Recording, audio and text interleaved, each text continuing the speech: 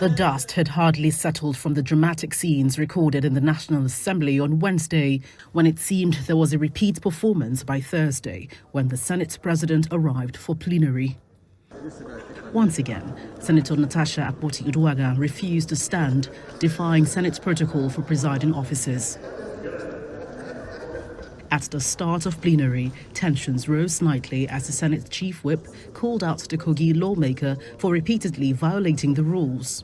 I have to send one of the sergeant at arms to her that her conduct is in breach of this rule.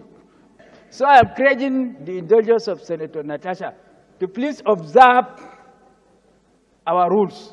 Armed with another document, the Kogi lawmaker seeks permission to resubmit a petition alleging sexual harassment against the Senate president, which was dismissed on Wednesday for procedural irregularities. This time it is signed by her constituents.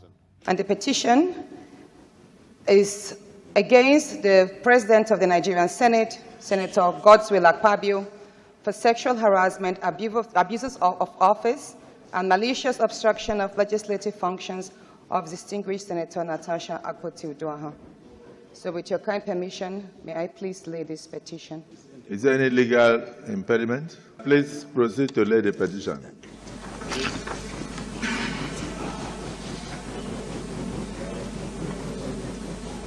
Shortly after, the Senate Committee on Ethics, Code of Conduct and Public Petitions submits its report detailing its investigation into Senator Akpabio's unparliamentary conduct during plenary on January 20, among others. That all efforts to get Senator Natasha Akpabio to move to her newly assigned seat fell on deaf ears as Senator Natasha Akpabio continued shouting on top of her voice and pointing her fingers at the presiding officer. Recommendations contained in the no less than 6-page report read by the chairman include a 6-month suspension. Lawmakers immediately launch a debate into the findings. If you follow the sequence, issues of discrimination cannot be proven. It is actually the opposite. That under your leadership, distinguished Senator Mrs. Uduaghan can claim victimization based on facts. Today, we are faced with this situation that we all know impinges on the integrity of this institution. We want to ask if it is convenient for the Senate and Mr. President that the 6 months punishment for suspension be reduced to 3 months.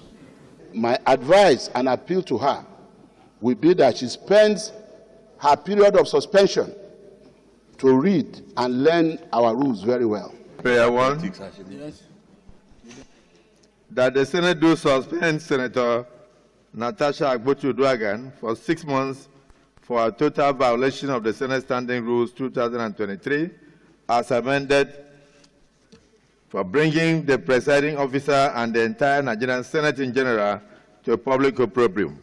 With effect from 6th day of March 2025, from all legislative activities forward. Those in support of prayer 3 say aye. Aye. Those against say nay. The ayes have it. Contrary to the majority decision, the Senate President rules in favor of leniency if a written apology emerges. Senator Natasha Akpabio shall submit a written apology to the Senate before any reconsideration by the Nigerian Senate. Those in support of prayer 2 say aye. Those against say nay. No. The ayes have it.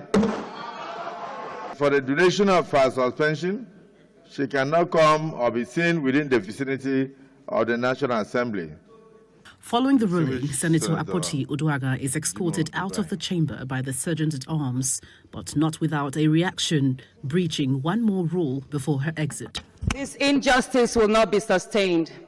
The pursuit for justice.